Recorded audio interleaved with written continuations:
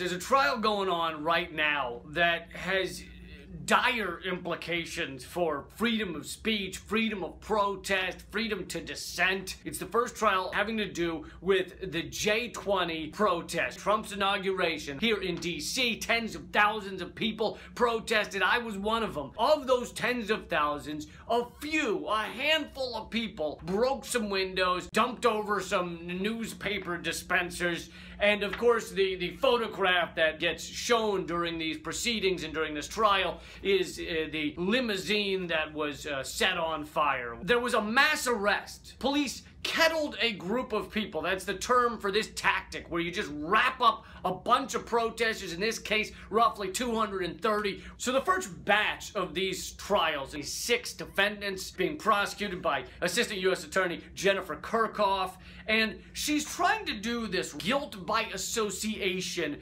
case, and if it works then they can use it on everyone. The idea that these people, whether there's proof that a particular defendant did anything violent, broke a window, punched a cop, all of them were involved in a conspiracy to riot. They don't have to have proof of you being at the conspiratorial meetings. As long as they can say you were at this protest, that's all they need to prove. Of these first 6, one is a photojournalist who live streamed the whole thing. Another is a medic who had the Red Cross emblem on her clothing and had medical supplies to help people that get hurt at these things. Even if you want to say these protesters are guilty, imagine if we did this guilt by association thing in our other legal proceedings. Imagine if every teller was arrested for the crimes Wells Fargo has confessed to. And to get back to the point, property destruction did occur on that day. The money they cost the city, because they had to replace a Bank of America window. Okay, the amount of money this city, Washington, D.C., spent on that inauguration, millions upon millions of dollars, $100 million to cops and the security and everything else, and then on top of that, just to prosecute this case, they got the money for the newspaper dispenser. So one of the first witnesses for the prosecution was police officer Camille Rimbazuski. He testified that all the property destruction, these people were all involved in rioting. When Officer Rimbazuski was pressed, he clarified that he did not actually witness any acts of destruction. So you've got a cop that didn't witness any property destruction. You've got 6 defendants who the U.S. attorneys admit never committed any property destruction. But we're going to put these people in jail for 60 years. They next called D.C. police officer Brian Adelmeyer. He was an undercover intelligence unit. He attended the planning meetings for these protests. And the prosecution introduced a secret video that was taken of the planning meetings. It was taken by Project Veritas. The far right-wing outlet, Project Veritas, has received at least $20,000 from Donald Trump's Trump Foundation. James O'Keefe of Project Veritas also paid a $100,000 settlement in a lawsuit over his use of manipulated video evidence. That's their prosecution video.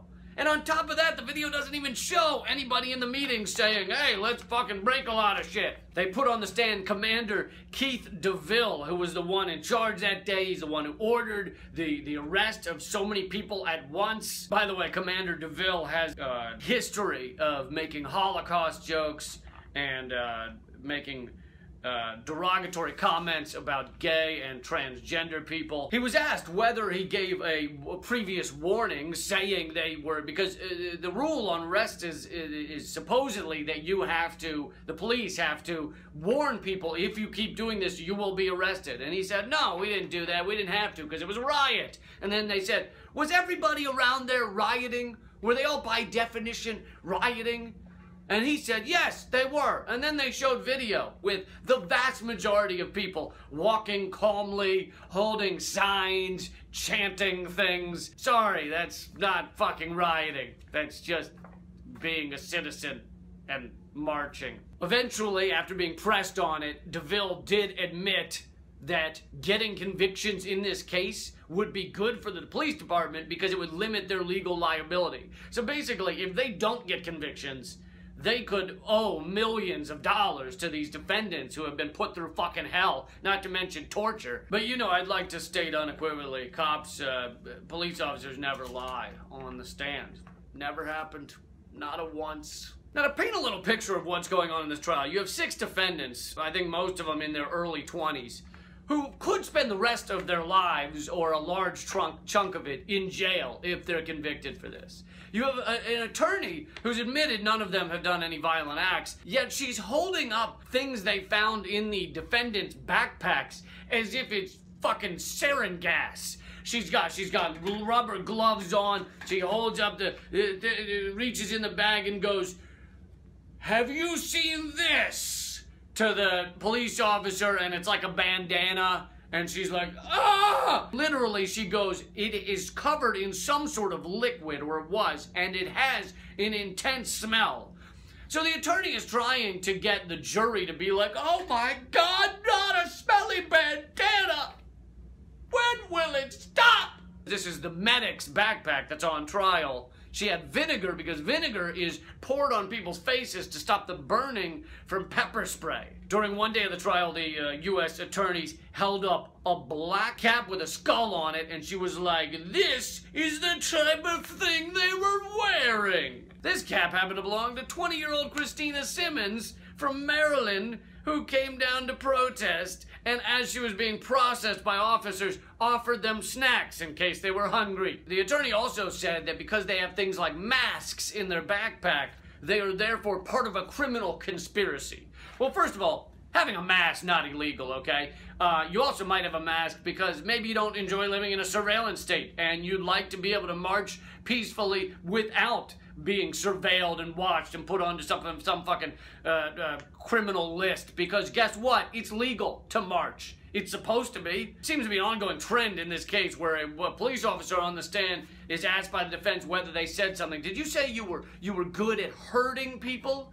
I never said I'm good at hurting people. And then they play a video of the body cam where the police officer's saying, "Oh, I'm good at hurting people." Down at Berry Farms where we hurt a lot of people. You know, that's what they did. They herded all these protesters together. The police have been accused of countless instances of wrongdoing, using pepper spray without warning, spraying people in the back of the head with pepper spray, pushing legal observers out of the blue, throwing stinger grenades into crowds, and they're supposed to be thrown on the ground so that you don't end up, you know, taking someone's eye out, but the cops weren't. They were just tossing them at people, using the flex cuffs, the plastic hand ties that if you tighten them hard enough are basically a form of torture, and cops in the past have been accused of using those as a form of torture in order to get the arrestees to be more compliant. One report talked about being locked in a police van for hours in which there was no air circulation, so you got 5-6 people locked in there, the windows are steaming up, people are hyperventilating. Some of the police were accused of sexually assaulting arrestees with things like unnecessary cavity searches. By the way, that limo, the famous limo that was set on fire, that had nothing to do with any of the 200 people that were kettled and arrested, because that happened after they were being arrested. Everyone should be furious about this trial. They should be furious about our criminal justice system. It's tough to overstate how fucking critical this trial is. To arrest legal observers and journalists and medics and grab up all these people and threaten them with 60 years in jail for standing up against Donald Trump's administration, which, by the way, where's the fucking resistance Democrats, huh? Mainstream Democrats? You wanted people to stand up to Trump. You wanted people to get angry, to actually say, "Hey, we're not accepting this." And now, here are the people actually on the street doing it. And you're like, "Oh yeah, fuck them, let's not even talk about them. Yeah, let's lock them away for their entire life." And if someone should get arrested for breaking the Bank of America window, then arrest the person who broke the Bank of America window. You need proof that that guy is the guy that did it, and then you can arrest him, and in my opinion, he should get a week in jail and a high five. Bank of America has cost countless lives. If you want to help out, donate at dclegalposse.org or go to defendj20resistance.org. And you can also learn a lot more about this at Unicorn Riot. Unicorn Riot is doing amazing reporting on this. A lot of what I have here is from them. Unicorn Riot. Go there, check them out, donate to them. They got to keep doing what they do. So help these people out because this is fucking important. Keep fighting.